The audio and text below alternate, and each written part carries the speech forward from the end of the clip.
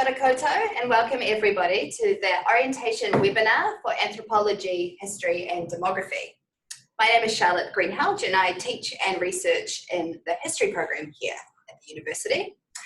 And with me today virtually is Dr. Bronwyn Isaacs, who is brand new to the Anthropology program just this year.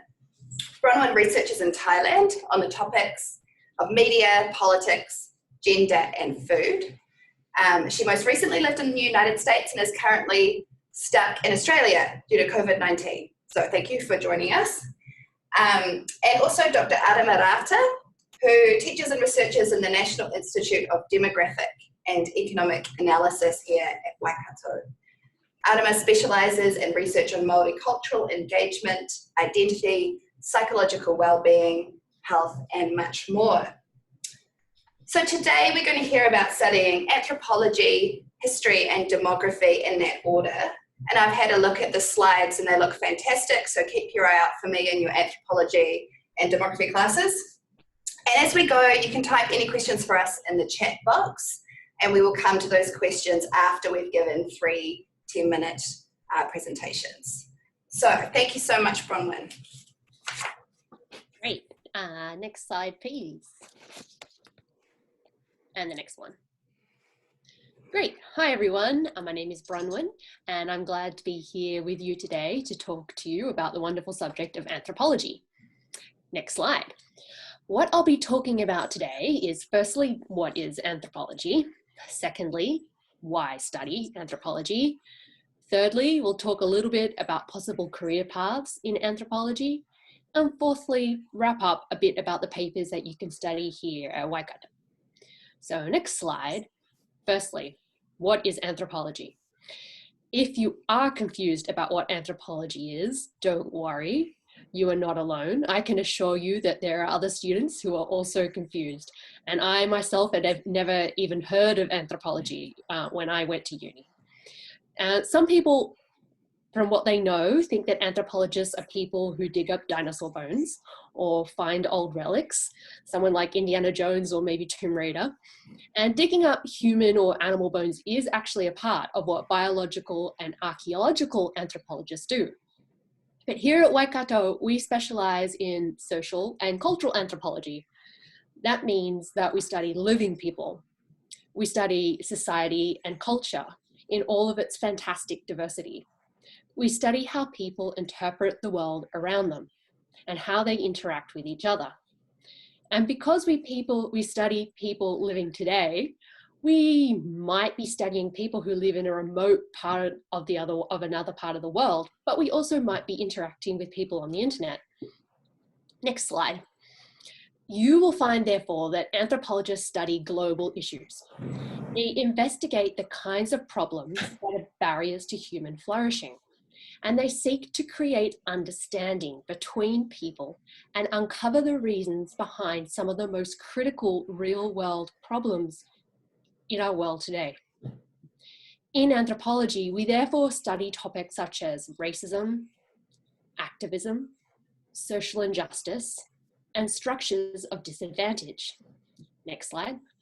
We also study politics. We examine how power operates differently in different cultures and the impact of things like media and technology, language, and gender on political and social life. Next slide. We also study how people interact with their environments and the effects of environmental change on communities. Next slide. Anthropologists also study the way that people pursue health and well-being. We also study religion, beliefs, and all kinds of other habits and social practices. And the next slide. So therefore, to pull out an old quote from 1932, anthropology is valuable not because it uncovers the archaic, but because it is constantly rediscovering the normal. So that is, while some people might say, well, culture is always changing, so what's the point of studying it? Anthropologists would say, well, what we are doing is questioning what people perceive to be normal. So if we take these women here who are in this photo as standing at the Yamuna River in India, it's a photo taken in 2019. The women stand praying in what appears to be snow, but it is not snow. The women are standing in the toxic foam of industrial waste. An anthropologist will ask, how did standing in toxic pollution come to be normal to these women? What are the structures of disadvantage that lead these women to be there? And what kinds of daily activities and daily injustices do we experience in New Zealand or elsewhere that might be considered normal to us, but strange to someone else? So next slide. So why should you choose to study anthropology? Do you want to learn about the world in all of its amazing cultural diversity, to understand why people are different? Do you want to question the everyday assumptions we take as normal? Do you want to learn to think critically about the human factor in the problems facing our world today? Understanding and answering problems such as environmental change, inequality, violence, and race relations requires people who are attuned to cultural diversity and can facilitate cross-cultural understanding. All right, next slide. So there are various pathways that you can pursue with the skills that you learn in studying anthropology. For example, non-government organizations such as aid organizations employ anthropology graduates to design and implement aid programs. Local community and activist groups also work closely with anthropology graduates. Consulting. Anthropology graduates have cross-cultural skills necessary to work for consulting firms or as independent consultants, for example, working with mining companies who need to liaise with local communities. In museums, heritage, and tourism, anthropology graduates have skills that are necessary in being able to explain local culture. In government research and social services, anthropology majors can be hired in roles which require a sophisticated understanding of cultural and social diversity. Business design and market research. Anthropology majors can help business design products in ways that more effectively target their consumer base. In documentary film and journalism, if you also have film and video skills, anthropology students make fantastic documentary makers owing to their training in cultural complexity. And anthropology students use their ability to research different people and places for journalism.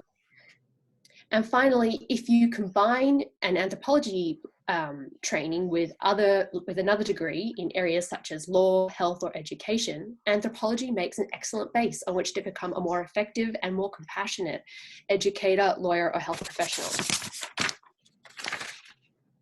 In all of these lines of work, anthropology can have a positive impact through promoting cultural understanding and through the respect of minority groups and Indigenous groups. Anthropology is therefore a great asset for anyone who wants to understand the world about them and to make a positive change in it. Next slide. At the University of Waikato, the faculty and instructors primarily do research in New Zealand, the Pacific, and Southeast Asia. Therefore, while the papers you take here certainly include case studies from many parts of the world, the papers have a strong Pacific focus. Next slide. There are some examples of papers that you can take listed on your screen here. For example, Exploring Cultures is an introduction to social cultural anthropology and the comparative study of humans and societies in all their various forms. New Zealand and the Pacific offers a chance to look at New Zealand and the Pacific Islands with a special emphasis on national identities and regional relations. Ethnicity and Identity is a paper that looks at categories of belonging and exclusion. In this paper, students study racism, human migration, and concepts of nationalism. Culture and Power in the Pacific is a paper where cultural of different systems of political action, leadership, and ideology in the Pacific Islands are studied. And Maori Heritage Management is a paper concerned with interpreting and protecting Maori cultural landscape, particularly in relation to New Zealand legislation, the Treaty of Waitangi, and issues of iwi hapo. Okay, so in conclusion, anthropology is a discipline that explores how people around the world live and experience the world around them. Maybe we'll just move to the last slide too. If you're interested in studying human cultural diversity and change and understanding the world's biggest issues from the perspective of what people believe is important and how they interact with each other, come and study anthropology here with us at Waikato and increase your ability to understand and make a difference in a world filled with cultural diversity. Thanks, everyone. Thanks, Bronwyn. I can do my slides. Great. Hi everyone, my name is Charlotte Greenhalgh, and my talk is going to have a lot of similar parts to what Bronwyn just shared. So I want to talk to you about why I care about history, why we care about history here at the University of Waikato, what you will study here, and together what we can do with that knowledge. So today and every day I read the newspaper and scroll social media and talk to my family, my friends, and I'm just overwhelmed by the huge number of conversations that we're having right now about history and why it matters. And with that, for me, comes a whole tumult of emotions. So I feel inspiration and hope about the new kind of stories that we're uncovering, the conversations we're having, and how we're talking about how that can impact our lives today. I also feel a lot of sadness and anger at the way that some people misuse history and misrepresent it. But I think underlying all of that, all of those different feelings, is one key message that inspires me, which is about how much thinking about the past matters to people, matters to all of us today. And with so many people invested in what happened in the past and how we understand it, it's really vital that we learn how to research and critically analyze that. And that's what you'll engage in with us here. So I wanted to show you this image, which I think is really beautiful. So in the image, we see a statue of Robert E. Lee, who commanded the Army of Northern Virginia from 1862 after Virginia left the United States and fought a civil war to continue the enslavement of Black people. This is a 130-year-old statue. It stands 60 feet high in Lee Square, Richmond. And its historical imagery has been transformed since George Floyd was killed by Minneapolis police on the 25th of May. Since then, as you can see, protesters have tagged the statue's enormous base with an array of graffiti, including the protest messages of "Stop killing us" and "Defund the police." And paint canisters are left for others to use so that the messages change every day. And at night, the artist Dustin Klein projects images of historical figures and of George Floyd, as you can see in this image, on the surface of the monument.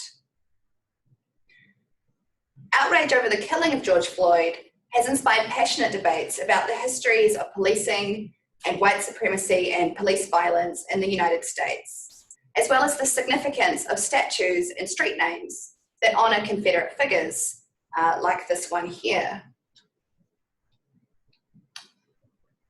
And there's a set of connected discussions happening here in New Zealand about sites and the New Zealand Wars, which spanned nearly 30 years from 1845 to 1872, ranging from the Bay of Islands in the north to Wairau near Blenheim in the south, with plenty of violence in Waikato and Taranaki. And there are plenty of connections to what has happened and is happening in the US. The New Zealand Police, for example, originated in the armed constabulary who fought for the Crown during the New Zealand Wars. And the statue of John Hamilton, Hamilton's namesake, was removed from Civic Square here in Hamilton last month. And Hamilton died at Gate Park in Tauranga in 1864 during the New Zealand Wars. So here in New Zealand, we have few signs to mark the sites where battles occurred. We do not always teach students in school what has happened here. And this is changing thanks to the leadership of former students at Otorohanga College in the King Country. Shocked to learn in 2014 that massacres had taken place only a half-hour's drive from their homes, Lee Bell and Waimarama Anderson petitioned Parliament for a day of commemoration for the New Zealand Wars and for New Zealand history to be taught in schools. 13,000 people signed that petition. And in 2016, the government announced the introduction of the National Day of Commemoration on the 28th of October and New Zealand history is going to be taught in the school curriculum from 2022. So all of that really speaks to me about why history matters to people, why it matters to us as academics and students, and why it matters in all the kinds of things you're going to go out and do in the world. And those are for the broad reasons that I've put on the slide here. So about the way that our society is organised, about specific laws and policies, but also it's about what we identify with, how we understand our stories, personal and family and as a country. So studying history with us makes you excellent organisers, analysts, writers, teachers and researchers. You gain key skills for a variety of jobs, for example in policy making for local councils and national government, and in advocacy for community organisations. And of course you develop a deep understanding of history and heritage that is vital to the work of museums, galleries, teachers and diplomats. So many of our students take up teaching, like Christina Nicholas and Alana Penn-Warden, who have taught locally here for some time now, and some of you may be their students. Many of our other graduates find work in local and national governing departments because of their writing and research skills. So we have our historians working for Corrections New Zealand, Statistics New Zealand, and the Office of Treaty Settlements. Others, like Christopher Burke and Ali Horsley, have worked with the Waitangi Tribunal. Our graduates work in museums as curators. Because of the high calibre of their writing and research skills, they're often employed as writers and researchers, for example, in news media outlets and local and regional councils. Their expertise in historical subjects and their ability to critically analyse and construct arguments is vital to their work, and I would argue, to our shared future. So I've got up here the history papers that are on offer this year, so you can see what you study in your first, second and third year. And just to talk about what brings together these various topics for us. So here at Waikato, we are committed to teaching history that uncovers untold stories and that shapes our lives here in Aotearoa, New Zealand. For us, that means teaching topics like Indigenous history, Māori history, Pacific history, gender history, oral history, global history, and history of the United States. And you can see those key themes across the papers that we offer. We teach students how to do history, how to find and interpret evidence, and how to understand it.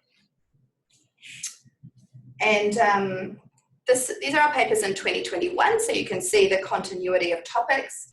Also, we have two additional papers in United States history that you can take in that year.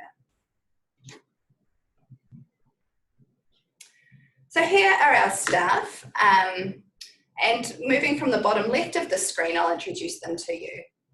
So Dr. Raymond Richards is writing a biography of New Zealand politician Sir Roger Douglas, and he teaches United States history. And then moving to the top, Nepia Mahuika is working on a history of Makatu in Aotearoa, and he's part of the working group involved in writing the New Zealand History Curriculum Reset for 2022. He teaches New Zealand history, Māori history, and historical theory. And then in the middle there, Dr. Kate Stevens.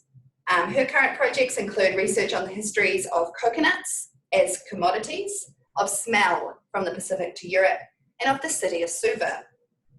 And here she teaches Pacific history, Oceanic history, and the history of food. And finally, myself, Charlotte Greenhalgh. I'm currently researching the history of pregnancy in 20th century New Zealand, and I teach in gender history and historical methods. So together, we really aim to teach history that's relevant to students here at the University of Waikato, and to contribute to the really vital discussions that are going on all around us in 2020. And we all look forward to meeting you and working with you in class. Thank you. Over to you, Adama. Kia ora koutou. Heuri tēnei no maniapoto no taranaki huki, ko Arama tōku ingoa. I was hoping this might be a little bit interactive, so can I get a kia ora on the chat, anybody? That's you and Bronwyn and Charlotte too. I'll just say kia ora in my chat to everybody. Can I get anything back from anyone?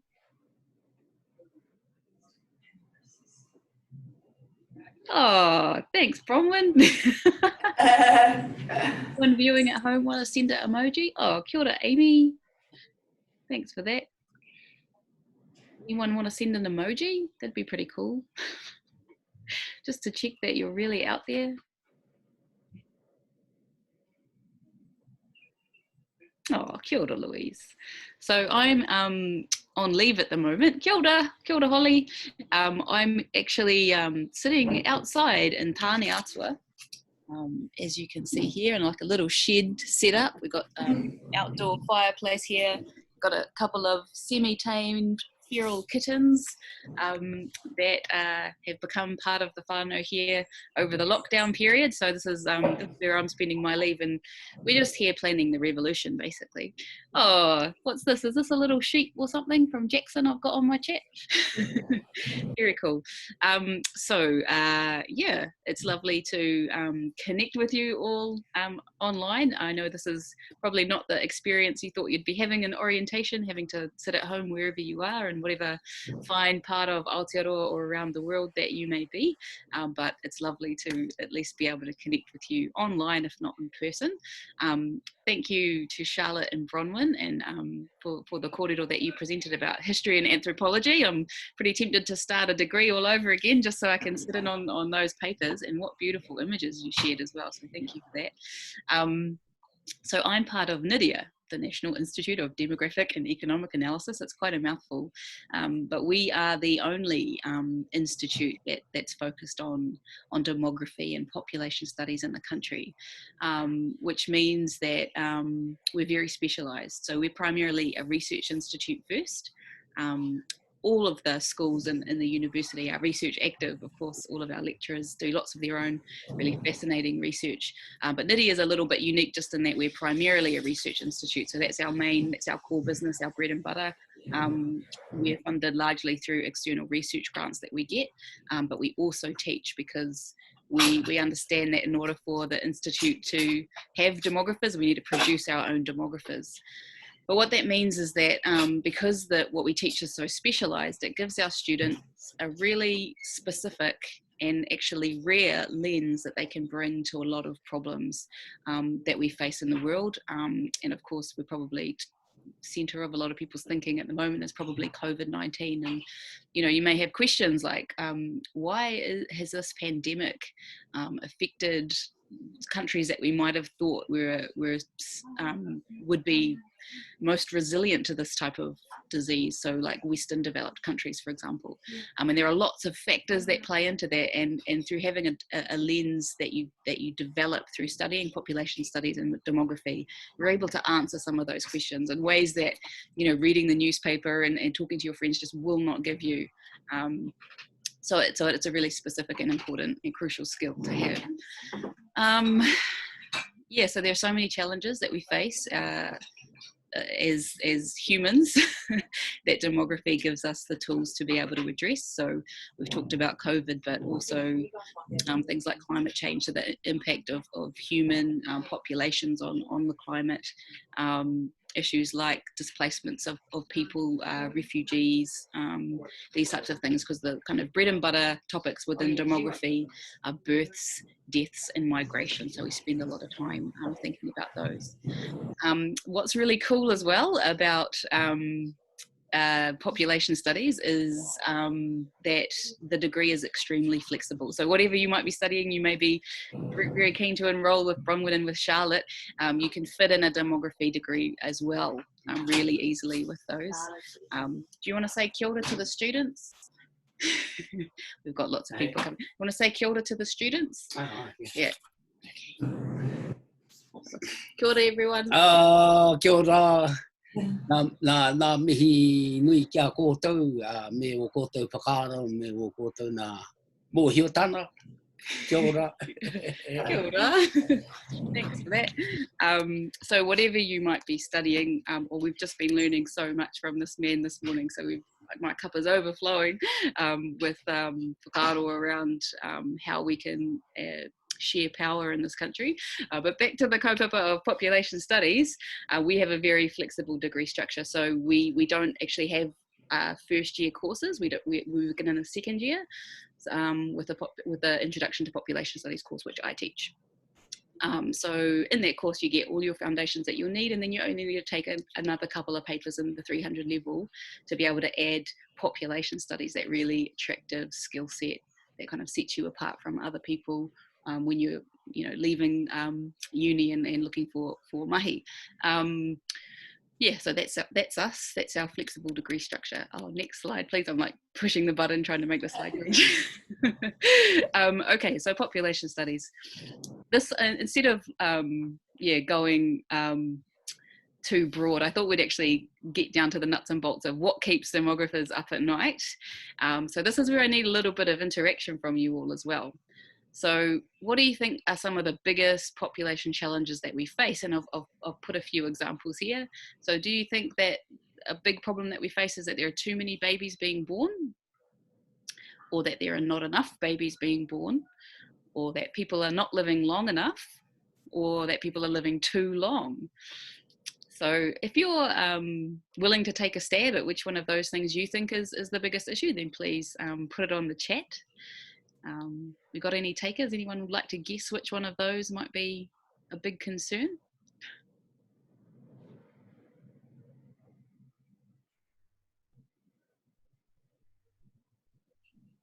People living too long. Thank you, Amy. Yeah, that's a really that shows some real critical thinking, that you're able to think about that and frame that as a problem. So please enroll, Amy. Would love to have you in population studies. Any other guesses from anyone?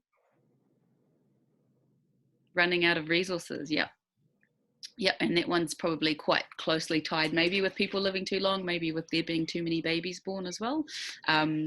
But of course, the bigger issue there, isn't it, is not, well, people sometimes frame it like this: the problem is not conception, it's consumption, isn't it? So it's more about how resources are shared amongst the people, as opposed to how many people there are, because there is a kind of a small group of developed nations that are kind of consuming a lot, so consuming a lot of resources. So so the reason I've got this image here, of course, if you've watched any of these American propaganda movies, is that this character Thanos, he clicks his finger to eliminate half of the population randomly, because he believes there are just too many people, and the universe or whatever is running out of resources. So he's obviously hasn't studied POPs 201, because he thinks that the issue is just that there's too many babies being born. So I'm going to go through now each of these questions to see, is this really a problem that we should be thinking about? So next slide, please. Too many babies born, is this a problem? Well, this is just a really little graph. There's probably a warning I should put out there with POPs 201, is that we do look at lots of graphs, but it's actually a good language to be able to speak. If you're able to interpret graphs, that's very, very beneficial for a lot of different jobs that you might go into. But if we look at this graph, we can see just massive population growth in a really, really short period of human history. And this graph doesn't really even do that justice. For so long in our human history, there's barely any change to population, but just basically since the Industrial Revolution, we've just had massive increase in the number of people, making people suggest that running out of resources is a really, really huge challenge we should be concerned at. We can also see that the growth is not uniform across the world. Certain regions of the world have contributed more to growth at different times, and that's all related to where they are in their demographic transition, which you'll learn all about if you enroll in POPs 201. So we can see that in the last 100 years or so, it's been Asia where a lot of the population growth has occurred, but for the next 100 years, you'll learn it will actually be driven largely by Africa, global population growth. Next slide. So the next question, are not enough babies being born? Is that a problem? Well, yes, it is a problem. So although we've had a lot of population growth in the last 100 years, the actual growth rate is going down. So all around the world, in every region of the world, fertility, the number of babies that the average woman will have, is dropping and dropping rapidly. So even in the least developed countries, so that red line at the top there, even there we see the number of babies being born reducing, and the numbers are kind of converging around replacement fertility. So that in the next, by 2050, so that's only 30 years away, population growth will have stopped, which is pretty mind-blowing, because I think we all kind of assume, if we haven't done population studies, that growth will never stop, that, you know, how are we going to slow population growth down, that this is a huge issue. It's really not going to be a huge issue in the future. And in fact, in places in the more developed regions of the world, like places like New Zealand, we're going to be struggling to try and replace our young people. So yeah, if you're thinking that you maybe need to limit your fertility for the sake of the planet, yeah, it's good to balance that with this type of information as well. Okay, next slide. What's our next population challenge? People not living long enough. So people's life expectancy has increased a lot in recent decades. But if we look at certain groups of the population, we can see that it's not necessarily even. There's a lot of inequity with how long people are living. So we'll cover a bit of that here. We've got, for the context of New Zealand, we've got Māori males, Māori females, non-Māori males, and non-Māori females. And we see that there are gender differences there, or sex differences. And there are also differences based on ethnicity. And we go into what are some of the reasons for that. Next slide. People living too long. So is this a problem? Well, we like people to live a long time, of course, but coupled with the decrease in fertility, it's leading to a really interesting set of changes in our world. So we see from the 1950s, this is a population pyramid. We talk about this type of data visualization as a pyramid, because we're used to them looking like this, where we have males and females on each side, and ages going up, and there tends to be lots of babies, and then fewer and fewer people as people get older. But as we see fewer babies being born, and people tending to live longer, we're seeing that it's no longer a pyramid anymore. We have 2015 population, this is data from Japan, I believe, where it's no longer a pyramid at all, it's more of a sausage. And then it's almost like an upside down triangle for the projected figures by 2050. So if you can think of the way in which, if you're wanting to go into the government to be a politician, or if you're wanting to go into an NGO, or if you're wanting to go into local council or something like that, having an understanding about how the population is changing, how the structure of the population is changing, how the different needs of your community will change over time. Do we need to start turning schools into retirement villages? Do we need to think about the different types of superannuation that are available for people? How do we afford to take care of our growing, aging population when there are fewer and fewer people entering the workforce for us to gain taxation from? So these are all really, really significant challenges that we face. All of these four. So when I asked you to choose one of those issues that keep demographers up at night, you could not have gone wrong. They're all things that we're concerned about, even though it seems paradoxical that all of those things can be concerns. So by the way that you've answered, I see that you already know a little bit about population studies, but there are probably some things that there might have been things that I talked about today that you hadn't thought about before. And that's what I find really interesting about population studies, is it provides you these tools, particularly around how to project into the future and what populations will look like, that really, just give you a lens that's really critical. Next slide, please. Right, so I knew that the others were going to be talking about the different careers that you can go into with history and anthropology degrees.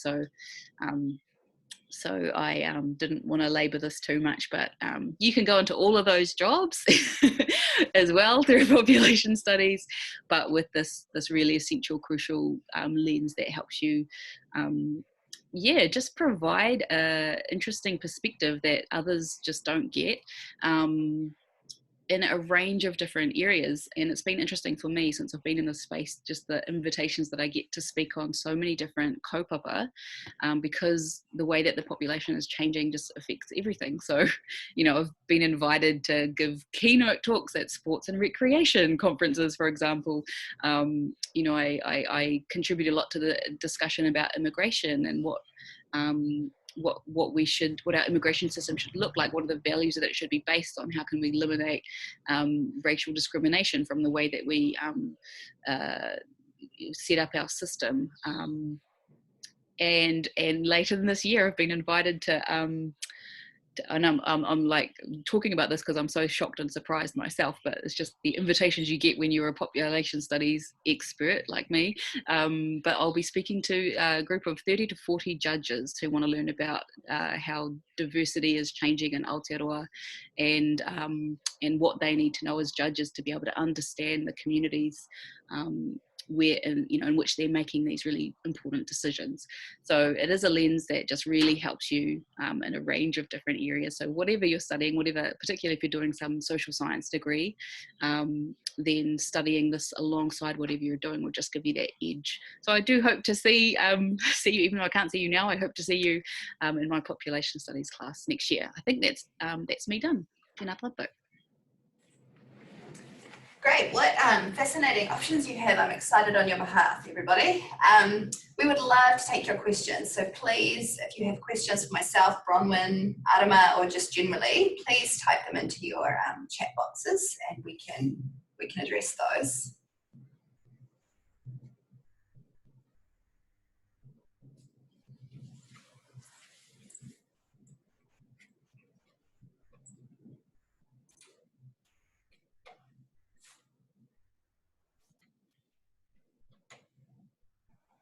Or you can just tell us what you're thinking about studying, what you're looking forward to this year.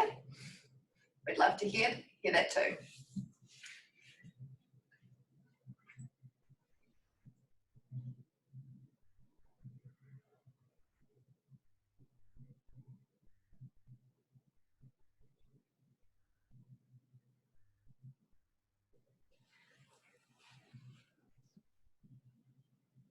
Is anyone going to enroll for any of these courses? If you're going to enroll for anthropology, type anthropology.